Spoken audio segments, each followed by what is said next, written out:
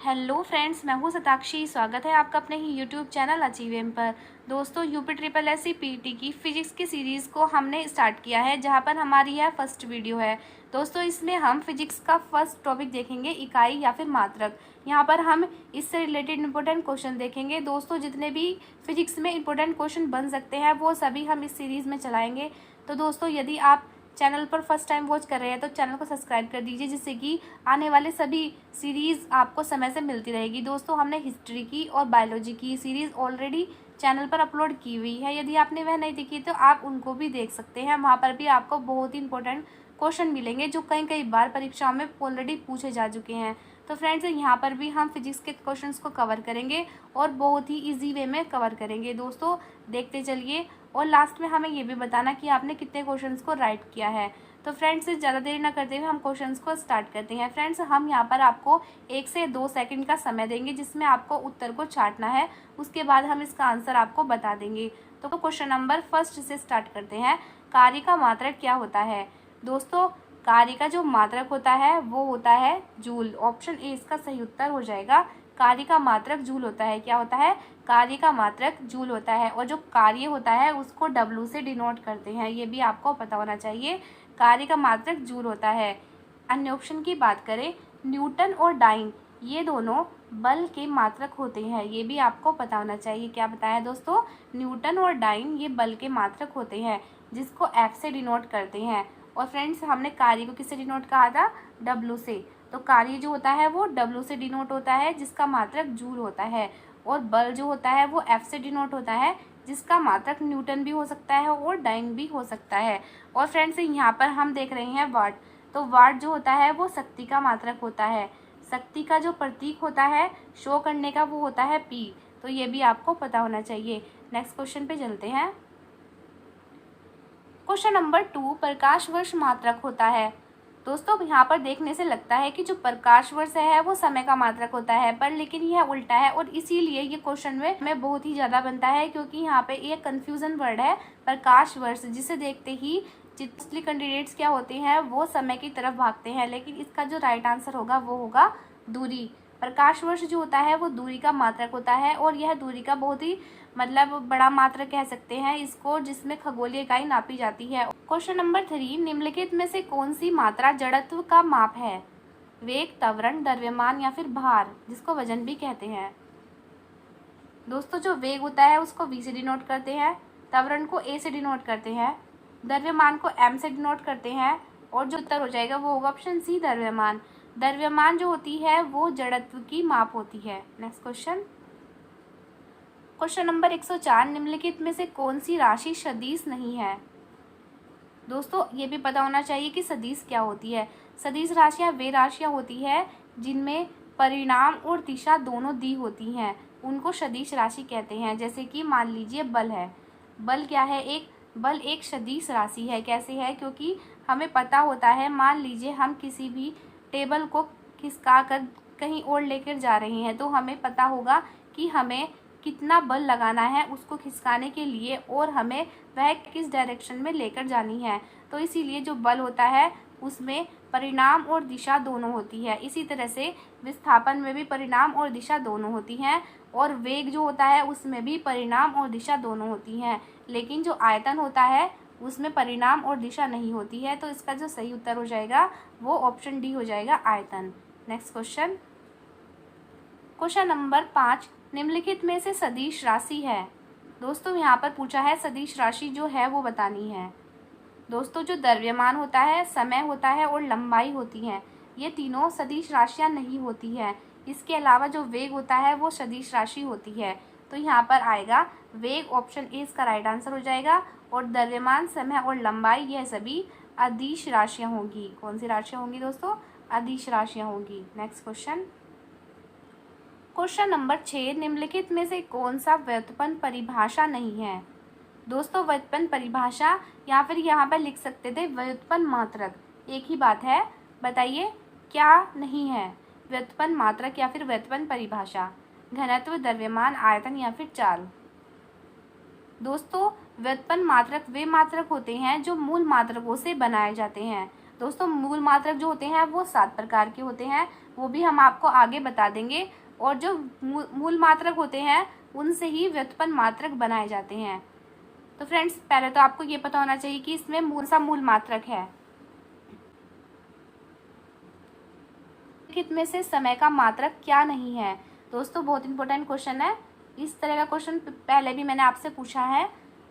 अधिवर्ष, चंद्र माह, प्रकाश वर्ष या फिर इनमें से कोई नहीं। तो दोस्तों हमने आपको बताया था जो प्रकाश वर्ष होता है वो किसका मात्रक होता है? वो दूरी का मात्रक होता है, ना कि समय का। तो इसका जो सही उत्तर हो जाएगा वो ऑप्शन सी हो जाएगा, प्रकाश वर्ष। नेक्स्ट क्वेश्चन, क्वेश्चन नंबर 8, पार्शिक इकाई होती है। दोस्तों ये भी हमने आपको बताया था, ये जो पार्शिक होती है वो सबसे बड़ी इकाई होती है। और किसकी सबसे बड़ी इकाई होती है? तो वह दूरी की सबसे बड़ी इकाई होती है। तो पार्शिक दूरी की सबसे बड़ी इकाई होती है, या फिर यूनिट कह सकते हैं इसको। नेक्स्ट क्वेश्चन, क्वेश्चन नंबर 9, निम्नलिखित में से कौन सा एक सुमेलित नहीं है? जो यहाँ पर सुमेलित नहीं है वह बताना है। डेसिबल ध्वनि की तीव्रता की इकाई होती है। अश्रुशक्ति शक्ति की इकाई होती है। समुद्री मील नौ संचालन में दूरी की इकाई होती है। सेल्सियस ऊष्मा की इकाई होती है। दोस्तों जो ध्वनि होती है उसको डेसिबल में नापा जाता है, और जो शक्ति होती है उसको अश्वशक्ति में भी नापा जाता है। और फ्रेंड्स जो नौ संचालन की दूरी की इकाई होती है वो समुद्री मील कही जाती है। और दोस्तों जहाँ पर सेल्सियस है यह तापमान की इकाई है, ना कि ऊष्मा की। ऊष्मा की जो इकाई होती है वो कैलोरी होती है। तो यहाँ पर ऊष्मा की इकाई कैलोरी होना चाहिए था, ना कि सेल्सियस। सेल्सियस जो होती है वो टेम्परेचर की इकाई होती है। Next question, question number 10, lumen किसका मात्रक है? इसका जो सही उत्तर हो जाएगा वो ऑप्शन बी है, ज्योतिफ्लस्क। ज्योतिफ्लस्क का मात्रक ल्यूमेन होता है। और फ्रेंड्स ज्योति तीव्रता की बात की जाए तो इसका मात्रक कैंडेला होता है। ये भी आपको पता होना चाहिए क्या होता है फ्रेंड्स, कैंडेला। कैंडेला इसका मात्रक होगा ज्योति तीव्रता का, और ल्यूमेन जो होता है वो ज्योतिफ्लस्क का मात्रक होता है। Next question, question number 11, very very important question, curie किसकी इकाई होती है? फ्रेंड्स यहाँ पर जो सही उत्तर है वो होगा ऑप्शन ए, रेडियो एक्टिव धर्मिता की इकाई होती है क्यूरी। दोस्तों पता होना चाहिए क्यूरी किसकी इकाई है? रेडियो एक्टिव धर्मिता की इकाई होती है क्यूरी। और फ्रेंड्स तापक्रम की इकाई क्या होती है? सेल्सियस होती है तापक्रम की इकाई। ऊष्मा की इकाई क्या होती है? कैलोरी होती है। और ऊर्जा की इकाई क्या होती है? ऊर्जा की इकाई होती है जूल। ये भी आपको पता होना चाहिए। Next question, question number 12, pascal किसकी इकाई होती है? आर्द्रता, दाब की, वर्षा की या फिर तापमान की? तो जो पास्कल होती है वो दाब की इकाई होती है। इसका राइट आंसर ऑप्शन बी हो जाएगा। अब फ्रेंड्स इस आप आर्द्रता देख रही है, आर्द्रता होती है वह होती है जो एटमॉस्फेयर में जो नमी होती है उसको आर्द्रता कहा जाता है, और यह हाइग्रोमीटर के द्वारा नापी जाती है। फ्रेंड्स वर्षा की बात कर लें तो वर्षा जो होती है वो रेन गेज के द्वारा मापी जाती है, वर्षा मापी यंत्र के द्वारा। और जो मोस्टली होती है ये मिलीमीटर या सेंटीमीटर पे नापी जाती है। नेक्स्ट है तापमान की इकाई। तापमान की इकाई होती है Celsius. Friends Celsius, Fahrenheit, kelvin ये सभी तापमान की इकाई होती हैं। तापमान की इकाई देखी जाती है। और फ्रेंड्स यह थर्मामीटर से नापा जाता है। और फ्रेंड्स जो थर्मामीटर होते हैं वो भी कई टाइप्स के होते हैं। जो हाई टेम्परेचर के होते हैं वो अलग होते हैं, और डॉक्टर के जो थर्मामीटर होते हैं वो अलग होते हैं। नेक्स्ट क्वेश्चन पे चलते हैं। क्वेश्चन नंबर 13, कैंडेला मात्रक है किसका? ज्योतिफ्लस्क का, ज्योति प्रभाव का, ज्योति दाब का या फिर ज्योति तीव्रता का? दोस्तों इसका सही उत्तर है ऑप्शन डी, ज्योति तीव्रता। कैंडेला जो होता है वो ज्योति तीव्रता का मात्रक होता है। फ्रेंड्स ज्योतिफ्लस्क का क्या बताया था हमने आपको? ज्योतिफ्लस्क का होता है lumen. Next question, question number 14, joule निम्नलिखित में से इकाई है? फ्रेंड्स राइट आंसर है ऑप्शन ए, ऊर्जा की। जूल ऊर्जा की इकाई होती है। अदर ऑप्शन की बात कर ले, बल की इकाई जो होती है वो शक्ति होती है। क्या होती है? बल की इकाई शक्ति होती है। और दाब की इकाई क्या होती है? दाब की इकाई होती है पास्कल। क्या होती है फ्रेंड्स? पास्कल जो होती है वो दाब की इकाई होती है। और तापमान की इकाई क्या होती है? सेल्सियस होती है। ये भी आपको पता होना चाहिए। नेक्स्ट क्वेश्चन, क्वेश्चन नंबर 15, मात्रकों की अंतर्राष्ट्रीय पद्धति कब लागू की गई थी? Very very important question. दोस्तों इसका सही उत्तर है ऑप्शन बी, 1971 में मात्रकों की अंतर्राष्ट्रीय पद्धति लागू की गई थी। नेक्स्ट क्वेश्चन, फ्रेंड्स यहाँ पर कुछ इंपॉर्टेंट फैक्ट है, उनको भी हम देख लेते हैं। मात्रकों की 4 प्रणाली हैं। तो दोस्तों कितनी प्रणाली है? मात्रकों की 4 प्रणाली है। कौन कौन सी है? CGS, MKS, FPS और SI। ये मात्रकों की 4 प्रणाली होती हैं। CGS को सेंटीमीटर ग्राम सेकंड कहा जाता है, MKS को मीटर किलोग्राम सेकंड कहा जाता है, FPS को फुट पाउंड सेकंड कहा जाता है और SI को अंतर्राष्ट्रीय मानक कहा जाता है। फ्रेंड्स मोस्टली जो होता है वो SI पर डिपेंड होती हैं, जो फिजिक्स की यूनिट होती हैं, और यह 7 मूल मात्रक होते हैं जो कि हमने आपको बताए थे, जो हम आपको आगे बता देंगे। तो फ्रेंड्स इसको भी एक बार पढ़ लेते हैं। CGS जो पद्धति है इसे फ्रेंच या मैट्रिक्स पद्धति भी कहा जाता है, ये भी आपको पता होना चाहिए। नेक्स्ट है MKS पद्धति, यह CGS पद्धति का ही एक बड़ा लघु रूप है, ठीक है।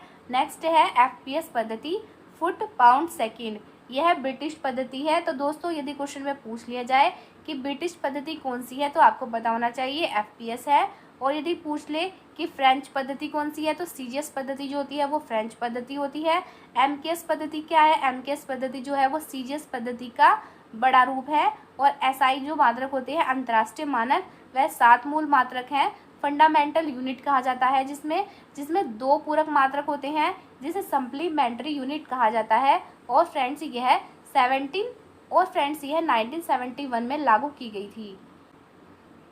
क्वेश्चन नंबर 16, हर्ट्ज क्या मापने की यूनिट होती है?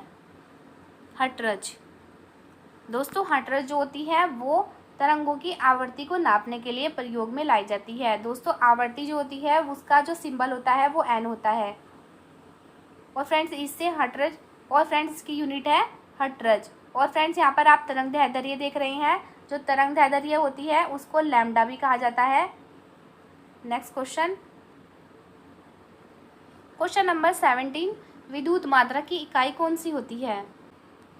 दोस्तों विद्युत मात्रा की इकाई किसे कहते हैं ये पूछा है यहाँ पर क्वेश्चन में। विद्युत मात्रा का मतलब होता है धारा, या फिर इसको I से भी डिनोट किया जाता है।